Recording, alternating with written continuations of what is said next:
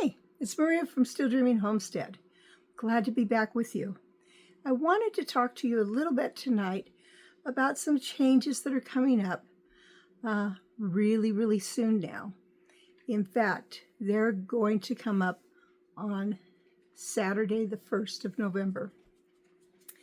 And I'm sure most of you have heard that the SNAP benefits, that's food stamps, will be cut off without the Congress gets in and does their job, which they're not seeming like they want to do. Those are going to be cut off November 1st. So people have received theirs this month. So they've had their allotment of food stamps and should be doing okay. Although I know that at the end of the month, people run out. And people receive different amounts. I have friends that receive about $20 a month. And obviously that won't buy very much, so they have to use their cash.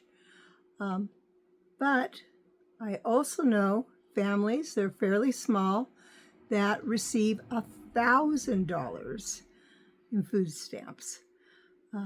That really seems like a lot to me. But I hope that they have been stockpiling. I hope that all of us have been stockpiling some things ahead. And that can be as simple as grabbing a couple of extra cans of something that's on sale, or a bag of rice, or a bag of oats, an extra 10 or 20 pounds of potatoes. Any of those type of things would be a big blessing at this point. Of course, if you live on a homestead or in farmlands and you're able to grow some of your own, that's a blessing. I know that we've really been blessed that way. That helps our budget. It's taken a lot of years to get where we are, but I'm very thankful. So people are afraid, and I can understand that. We all are concerned about how are we going to take care of our families, our children, our spouses, maybe our parents. It's very important. So I want to say, if you are able to shop before the 1st, I would strongly recommend doing that. Because really we don't know what's going to happen the 1st. People are saying crazy things that they're going to be loading up their shopping carts and just heading out, and everybody better be out of their way. What a terrible thing to say. Food banks are trying to prep up, and there are people that are going to be donating to them little bits of extra stuff so that can help, because it's going to be a real stretch for the food banks. So do what you can. These are some things that I think are wonderful stretchers, and if you can get those ahead of time, they will really help a lot. Now, I know people want to do low carb, and if that's what you want to do as a thing, that's just fine with me. But when you're low on food and you need to feed your family, healthy carbs are a good choice. So I would suggest things like rice. I prefer brown because it has the nutrients in it. But white rice is very cheap, lasts a long time. Oats is another good one. I like cornmeal. Flour. Whether you do white or whether you do whole wheat, that's up to you. I think a nice way is to do half and half if you're transitioning, so you do get some of the extra nutrients. When we think of carbs, and potatoes certainly is another one, whether that's fresh or, dehydrated, whatever kind, potatoes are really a good source, sweet potatoes. One thing about carbs is they are very high in vitamins. that's great. I mean, we all want to get plenty of protein and stuff, but we need our vitamins too. So those are things you can do that are very helpful. Also, many places have been having canned food sales where you could go and get, you know, a flat of 12 or maybe 24 cans of corn or green beans, carrots, beets, any of those. Those are all wonderful to stretch your meals. As far as proteins, eggs are a wonderful source that are still pretty inexpensive compared to meat at this point. Maybe you fish, or maybe you hunt. Maybe you raise your own animals. Those are all would be a blessing for everybody.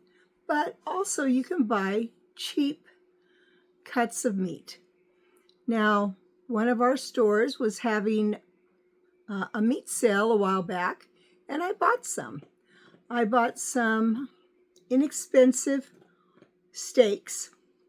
Now, they were in a big bulk thing, and I asked them if they would please, I think I got sirloin, and I'm trying to think, top maybe. Those are round. Those are tough ones that need to be cooked a lot.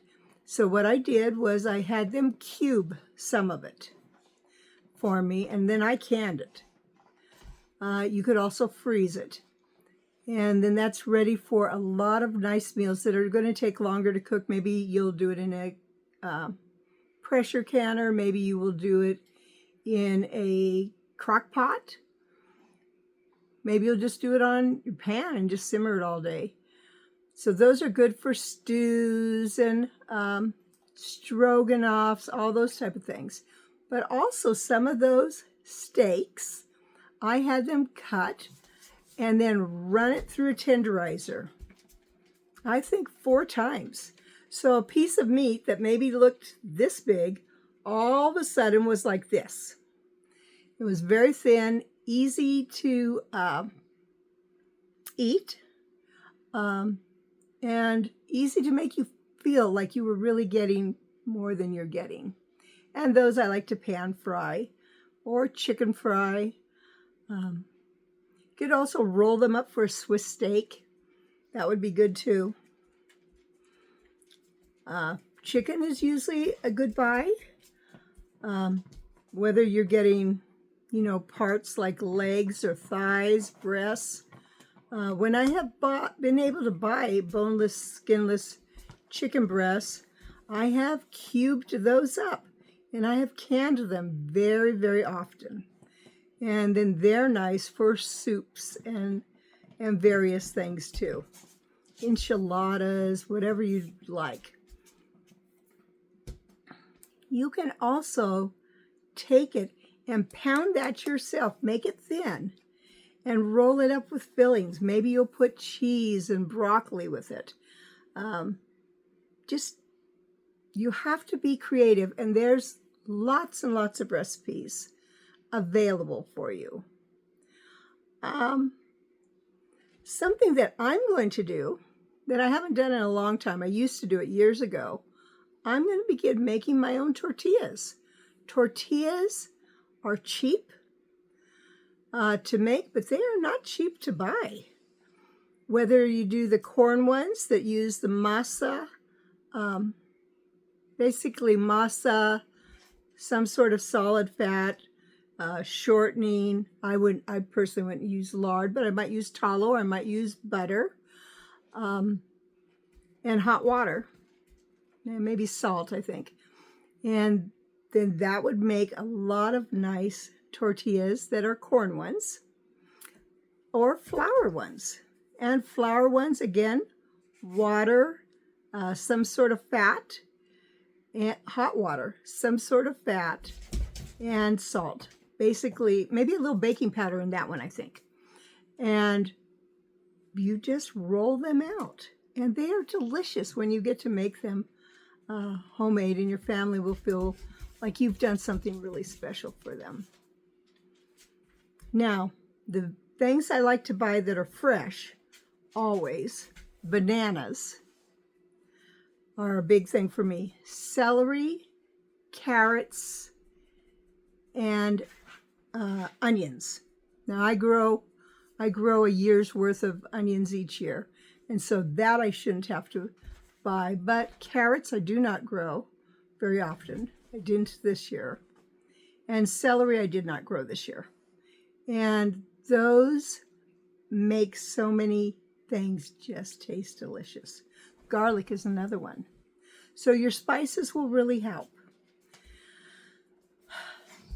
So those are all good things to have for long-term for cooking. But maybe you don't have enough money for that.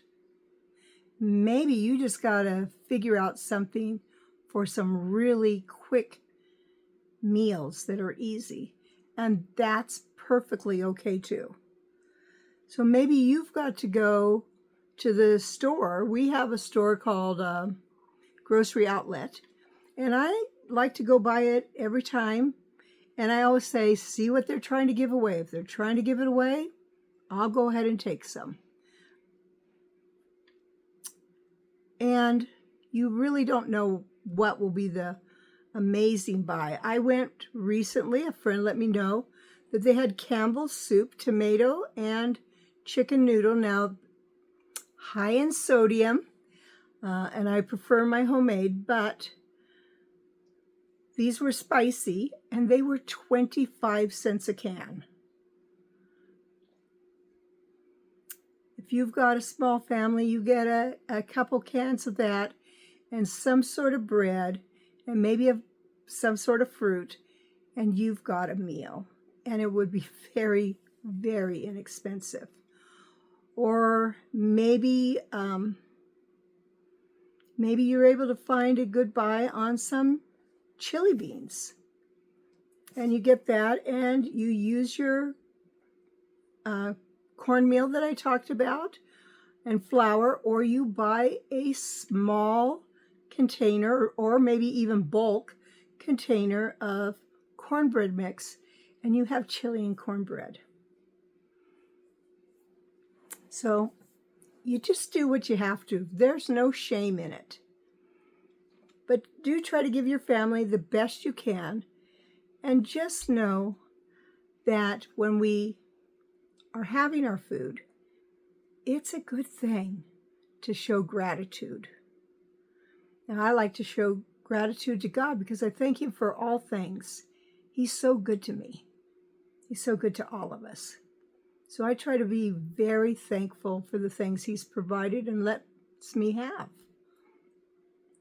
But we can also be thankful for these stores. They're going to be going through a hard time too, especially the small ones that depend on the people that have food stamps.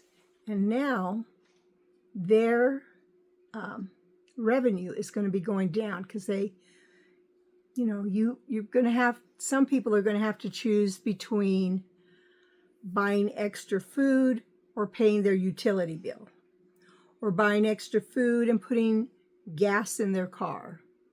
If you're off grid, maybe gas in your generator. All those are going to be choices. But let's do what we can to help each other. I have a friend, and she intends to spend $20 a month, I think. Maybe she said a week, I don't remember. And she's going to go to one of the discount stores, and she's going to find things that are a good buy. For instance, she was sharing, and it is a very good buy. Not the healthiest food, but it's a very good buy. And sometimes when you're struggling, just the extra treat is absolutely worth it. She was talking about buying cake mixes. There are cake mixes at this one little store we go to for 99 cents. And so she could buy 20 of those, and there are 20 families that then could have some cake. That would be really nice. Now, I'm not necessarily able to help people in that way, but I can, and I'm going to. I've already started on my Facebook page. I'm going to, when I go to stores And I see buys that look, excuse me, really good. Maybe if I take a drink, let me try.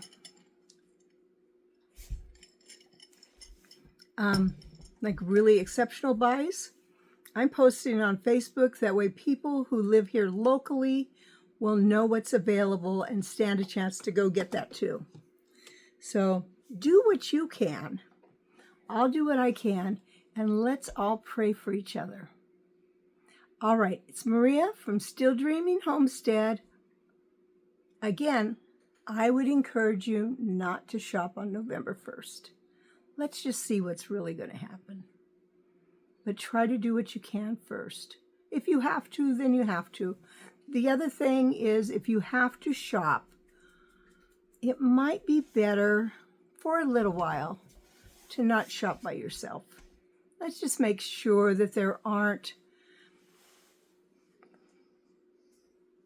times of chaos or extra danger that we're putting ourselves in. I'm not trying to scare anybody, but it's good just to be cautious sometimes. So go with a friend. That makes it nice. Or go with your husband. I'll go with my son a lot. And let's do all that we can to be safe. Be aware when we go in places. And be aware that other people are struggling. And there's been times we've struggled too. Well, I hope this video was a little bit encouraging and gave you some ideas. If you have additional ideas, please post them in a comment below. That way I could see it and other people could see it too. Because we all need to learn from each other at a time like this. Well, it's Maria from Still Dreaming Homestead. I want to pray blessings on you and yours, in your house, out of your house, in the day and night. Whatever you do, keep dreaming. Good night. God bless you.